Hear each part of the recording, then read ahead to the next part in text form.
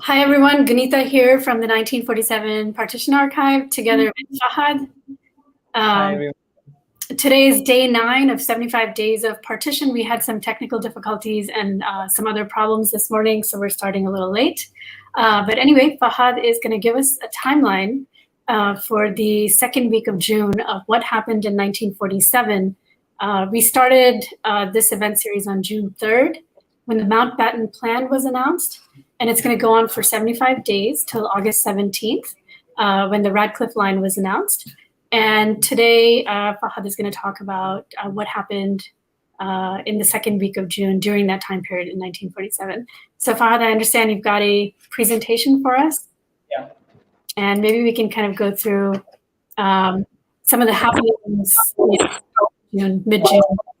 Yeah, so yeah, I've gone through this week. So that would start from June 5th till June 11th. And then next week we'll go from Sunday to Saturday. That's the pattern that I'm going to follow. And so like the last stream, this would have some of the clippings from that one, but I have tried to make it more informative this time and added a few more clippings for this week. Okay. Yeah, so for June 5th, I'll start just by reiterating again what happened on June 3rd. So Lord Mountbatten had a meeting with the Indian leaders, and then in that meeting, he told them about his plan to transfer the power from British to the indigenous colonized population and divide the British India into two dominions of India and Pakistan.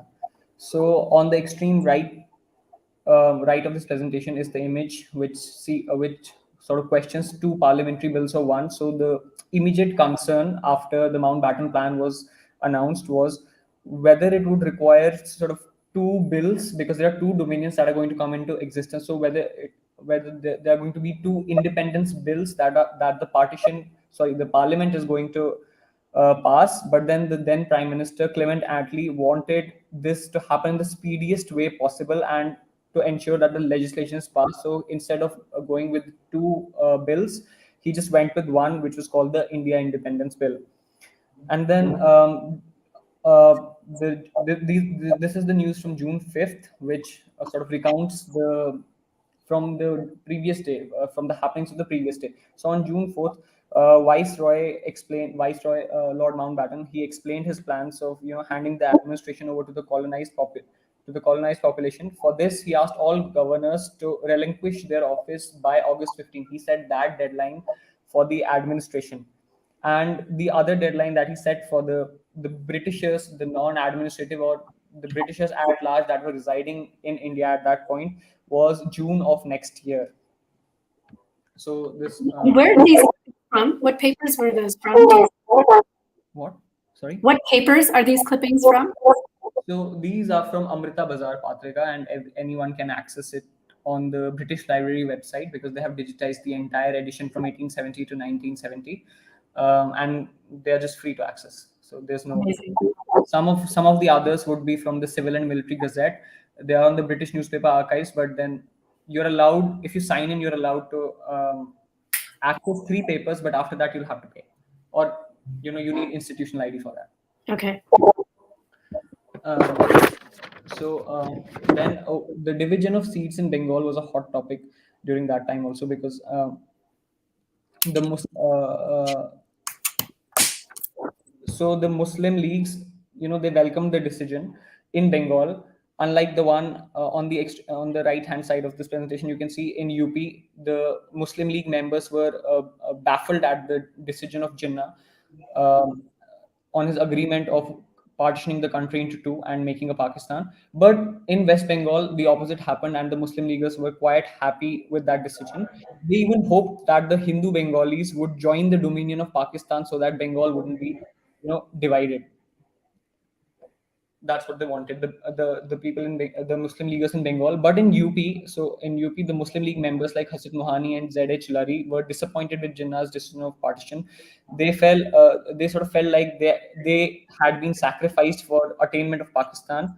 Hasit Mohani then further added that the electorates, because earlier Jinnah was clamoring for separate electorates for Muslims and Hindus, but then Hasit Mohani said, if we are supposed to stay in in UP, and that would be in the dominion of India, then I think we should relinquish the demand for separate electorates and submit our protection to the goodwill of the majority population. Later, we see ZH Lurie sort of disagrees with him on that, and he even accuses Congress of passing the Gaon Hukumat bill in the UP Assembly, UP State Assembly. Fascinating. That's really fascinating. So these are some of the clippings of the widespread communal disturbance that happened in Lahore, Bengal, Kanpur, and all these other places. What are the rough dates of these clippings? So the newspaper is from June 5, but the happenings are from June 4. Okay. So the viceroy, he issued a directive to stop this mindless violence at all costs, and troops were posted in these specific areas to stop the masses from mobilizing and indulging in violence. What was causing the violence? Could I ask you, according to these articles? So these clippings just attributed to communal violence, which is traced back to 25th March, at least in Bengal. So Bengal, finally June 4th, the governor Burrows, he was able to not stop completely, just kept the violence to minimum by posting so many troops in the areas, making it difficult for people to come out and start killing people. So, but this clipping also mentions that the violence in Bengal was ongoing since 25th March. So that's like roughly March, April, June, roughly 2 months of violence that was going on. They weren't able to stop it. Nehru later accuses them in the coming weeks. We'll see. Nehru accuses them of actually giving a free hand to the mob and the British. He accuses them straight up that they are doing it on purpose. They're not stopping the violence on purpose because they want to show the people that without the British, this is the fate of these two countries. Interesting. Very interesting.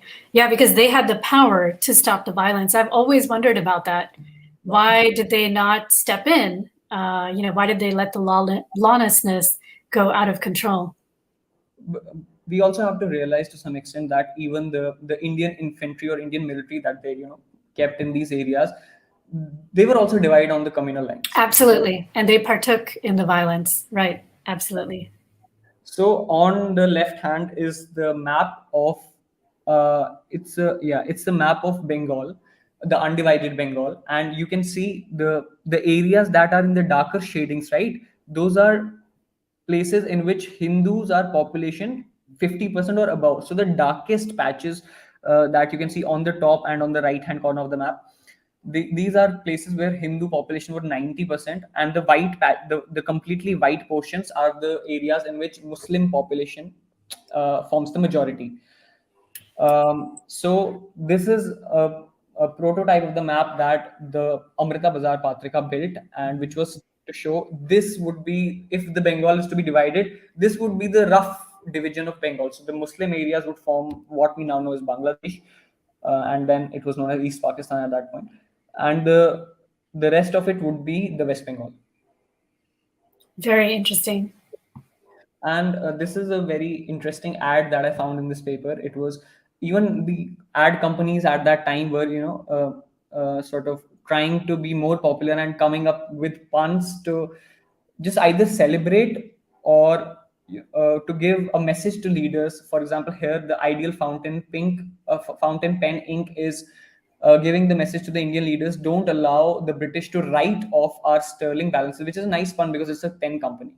So that's really fascinating, actually, that you inserted that slide. Now, I would think that there's another way to look at this. Instead of them sending a message, they could also simply be capitalizing on the existing politics and what was on everybody's minds. Yes, exactly. Very interesting find. So now we shift to June 6th. Okay, so because it's a large clipping, there are a few things in this one.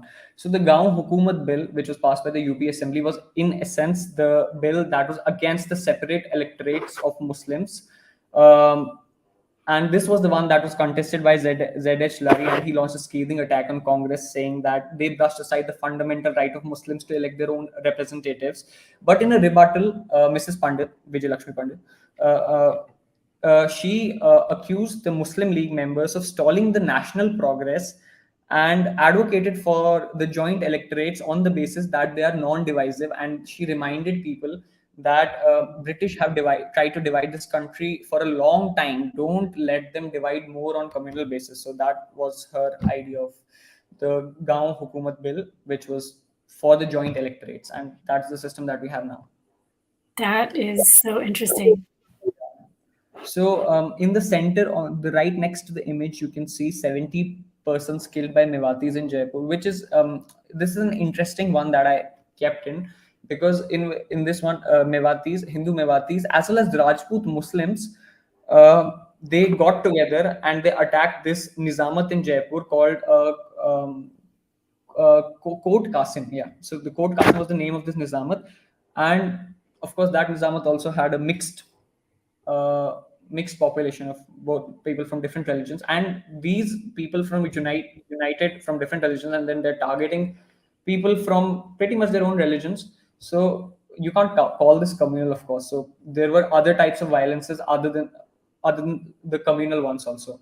And in some of in the later weeks, we'll also see violence being broken out, being breaks out between zamindars and as well as peasants. That did not have a communal angle at all. So the partition was marred by violence, but the character and features of violence differed from region to region, as well as from it did take into account the spatio-temporal issues as well, because this is also a period where there was a food shortage. So only communalism did not drive violence, but other material factors, as well as other ethnic or regional factors did also were accounted for in that violence. That's interesting. What we've come across in a lot of our oral histories, especially when we've interviewed people who were part of the violent mobs, we've actually interviewed, men who were boys back then, and they took part in the looting. And for them, the motivation was to get loot. There was basically a finders keepers mentality, and it was easy for them to go after the group that then suddenly became a minority that was targeted. Exactly, that's what happened. And even then, during the later time, post August 15, even government also utilized that to their own benefits. For example, there was a group called Rai Sikhs. So they were not. There was a Criminal Tribes Act that was in place from 1871 to 1952, but that till 1952, even though India got independence in 1947, but these people were criminal. These people didn't gain their independence till 1952. But Rai Sikhs were never really, hassled by or tested by the British. Only a few members of the community were ever picked up, but the community at large was never shown to be criminalized.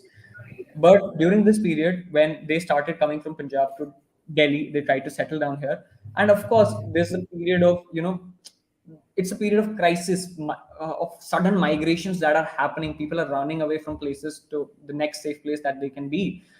So these people also were sort of fighting for their lives, and they reached Delhi. But Delhi at this times had a spike in criminal activities, which of course would be when there's this much influx of migration. But the government, they just pinned it on this community. And now that they pinned it on this community, and this was so that the rest of the people can be happy. Oh, if this is the community that they have identified, the government will take care of it. And what the government did, then they took them and placed them near the Indian Punjab border, and armed them and said anyone who's now crossing over, because now they set in the constitution, even they set a date after that no person from Pakistan would come into India, or from here would go to Pakistan. So anyone who will come, you just take care of that. So that was very interesting. And the news from this clipping also is the high-powered committee that the Viceroy set, and it had members from both Muslim League, Congress, as well as the Sikh representatives, so that the partition could be, fast-tracked. At this point, we also see now, since the dominions were announced, now these were to be guided by the constitutions, and for that the union and provincial constitution committee was set up, and under that three subjects were under the federal structure, under the federal center, which was to be all powerful. That was of communication, of defense, as well as foreign affairs. So the states were left to decide. Whoever would join the dominions were left to decide whatever they wanted, except these three. But during all these like 70 years, we have seen the erosion of the states' rights, and more stuff being put under the union list and not so much in the state list. On the right hand, we also have the League movement being called off in the frontier. So the issue that the Muslim League in the frontier, they wanted a referendum. So when the referendum was announced, the Jinnah ordered the League to cancel off that movement, the civil disobedience movement that was going on in the frontier. So he ordered them to call it off because the referendum was announced, and whether the NWFP would be with Pakistan or would go to India. And what was decided? Pakistan. I'll in the next coming slides, I'll tell you why that happened. At least why Khan Abdul Ghaffar Khan thought that, why Pakistan went to why the frontier went to Pakistan. So here is an image of Jawaharlal Nehru. He went to Lahore and inspected the riot affected areas. He met Dr. Khan there, Khan Abdul Ghaffar Khan of the frontier, who was the frontier premier at that time. He met him, and both of them assured each other that they are doing their best so that the violence would stem. Violence would not happen anymore. There's also a very interesting clipping that I found in that paper of June 6th, was that in Srinagar, they had a special women police that they had established, but it did not have any Kashmiri women. It had only Gorkha women, because Gorkhas were under the direct British military, so that they had made an all-women cell of the police to capture Muslim Kashmiri women if they were out of line in any way. There's again another ad of this Star Paper Mills, and they are also capitalizing on. It's so fascinating to see this. Yeah, and do you know who owned these companies? Was that a South Asian owned company or? Yeah. No, I haven't actually researched that yet. That's going to see about that. Now on to June 7th. So here we have. So what was interesting here, in all the partition, this was the only clipping where I actually find mention of what the Indian Christians wanted and what happened to them.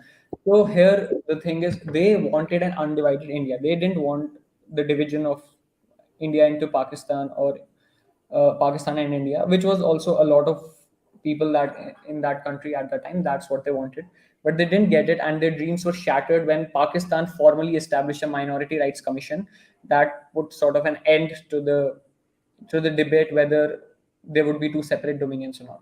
So Jinnah established that minority commission, and that was the end of the Christian dream of undivided India.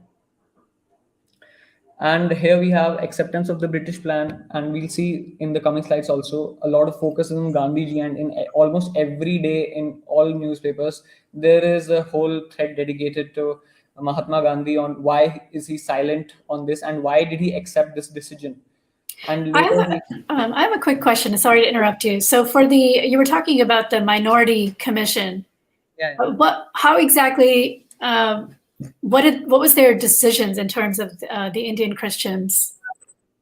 So the minority commission that was established, it was the announcement date that was established at this point, which was just a way of saying, okay, so Pakistan will also have areas where Pakistan of course had areas where Christians resided, right?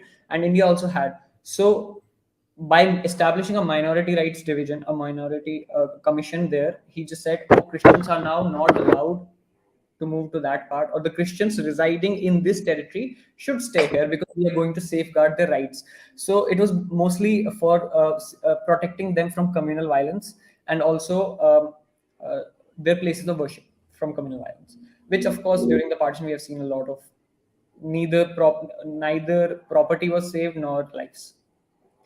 So this the acceptance of British plan, and why Gandhiji explains what he did and why he did, is actually starts from a plea from a woman who actually writes to Gandhi and accuses him of spoiling Jinnah, and she then says to Gandhi that he should retire from politics straight up, because she accuses him of being the reason that partitions happened, because he supported Jinnah for so long, and then he did not voice his dissent for the partition plan. And of course, Gandhi, he does voice his dissent for partition, but then he also asked the people to accept the British plan of separate dominions. And then on the right hand, we have this small clipping where Jay Prakash Narayan of the Indian Socialists is very optimistic that he'll be able to reel in Gandhi, and both of them will be able to work for the democratic socialism that is enshrined in the Constitution of India. And then he was very happy to announce that Gandhi and him would be working on to put those elements in the Constitution of India. Here I want to share a little story from oral histories that we've gathered. We interviewed one lady, a Sindhi lady, whose father was very, very close to Gandhiji. So she actually grew up in his ashram. She spent a lot of time in the ashram in Gujarat with Gandhiji. And she said that as a child, she used to sit in Gandhiji's lap because there was talk of partitioning Sindh, and Gandhi was actually in favor of it. This is all behind the scenes, of course. We've never heard of this in the newspapers and so on. And she used to sit on his lap and say, in Sindhi, and we actually have this on video, well, what has Sindh done to you? Why do you want to break us apart and separate us? Of course, this is before, the Sindhi Hindus left Sindh and all of that, much before 1947. They were already talking about dividing, various areas. So I find that really fascinating, because it seems like maybe Gandhi was divided. Sometimes he was for it, sometimes he was not for it. So very complicated time and complicated situation.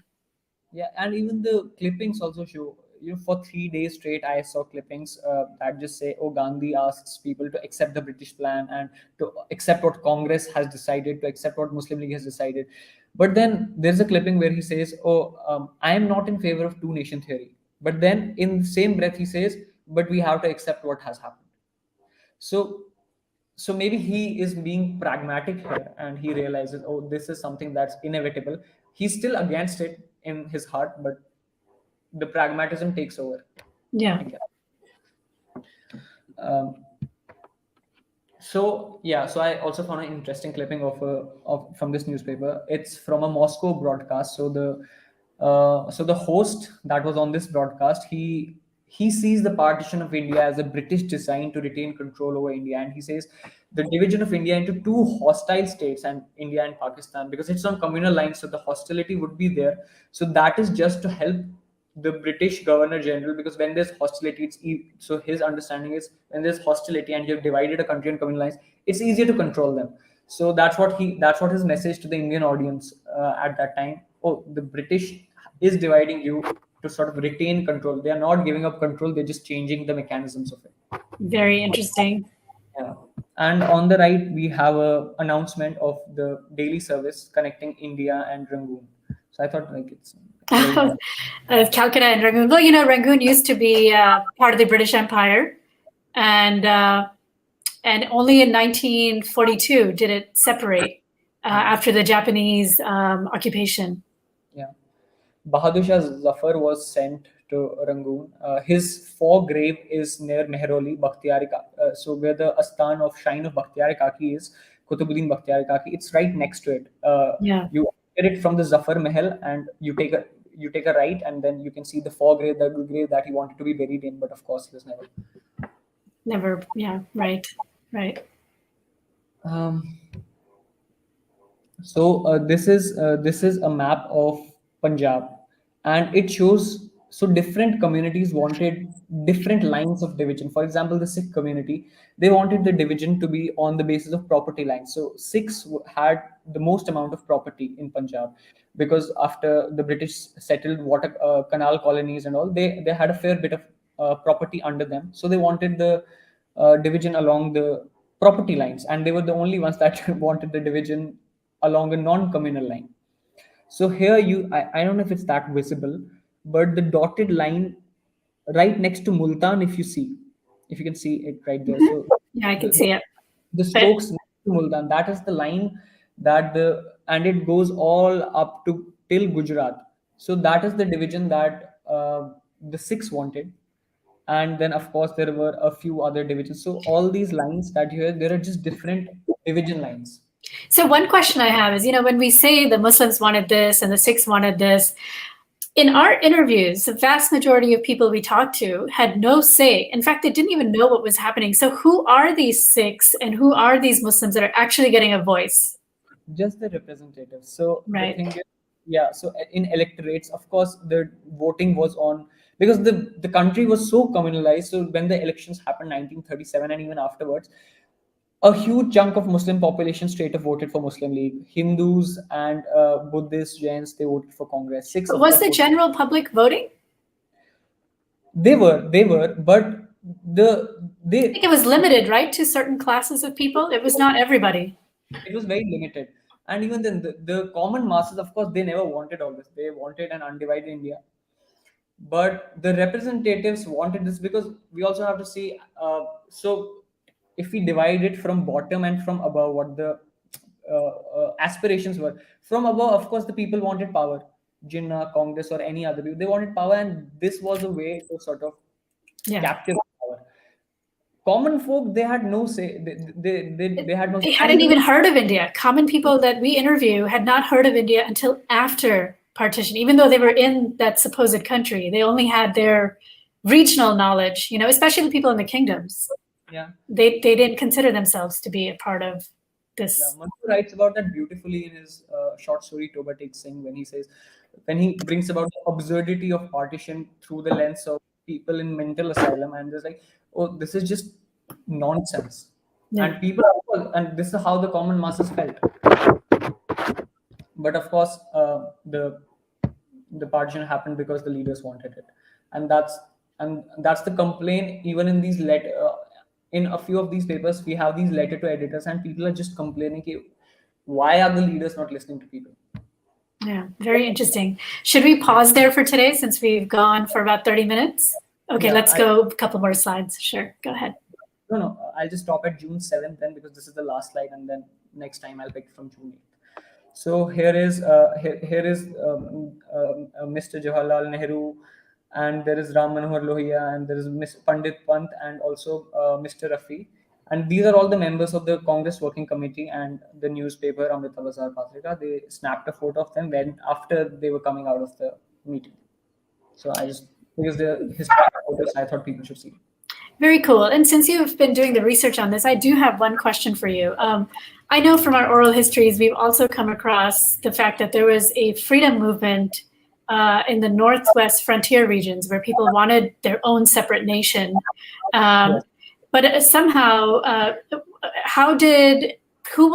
it Khan Abdul Ghaffar Khan that pretty much got them to then become a part of either India or Pakistan? In this case, obviously, geographically, Pakistan makes sense. Yeah, so I think till July, even Khan Abdul Ghaffar maintains that Northwest Frontier province. Till July he maintains that India shouldn't be divided. He's doing everything in his power that he can to not let India divide into Pakistan or India. But then later he accuses he accuses the British government of making Northwestern Frontier province a province of the Pakistani Dominion, because he says from there British wanted a permanent military station that can act as a defense against the aggression of the Russians. Right. So right. Yeah. Not just British, by extension, the United States as well. Yeah, and that makes sense also, because we also see, for example, in the previous slide, we saw how the Moscow-based commentators also pleading, oh, don't let this happen. Right. don't be the stooges of the British Empire. So that's what he's pleading, and we can see the rivalry being played out in fact even the partition of the country. Yeah, and the United States did have an important part in this. I think in the book The Great Game, some of those papers that were not available to the public and have since become available kind of show that, because the United States helped the British during World War II. And they had certain weight when some of these decisions were being made. And they also had, the Russia issue was important for them as well. Yes, the Red Army was, of course, gaining power. And in these newspapers, of course, I didn't think that was related to partition, but I can maybe just say it orally. There's extensive coverage on the communist takeover of China. So how the Communist Party established itself in China. Very interesting. Very interesting. Well, thank you so much, Fahad. This is great. We'll end on this note. And I guess we will pick back up on this discussion it looks like we're going to have time in another 10 days or so. And I'll look forward to that. But thank you so much for educating all of us on this today. And also I wanted to mention that next week, the host is going to be Aprajita. She's one of our story scholars. She documents oral histories, and she's going to be meeting you at the same time that I've been coming on every day for the 75 Days of Partition. So tune in again starting Monday. We're taking Sunday off. And we do apologize about the technical problems, especially for our Facebook audience. We're going to post the video for them later. So thanks again, Fahad. And thanks, Anshul, for setting it all up. Bye. Thank you. Bye, guys.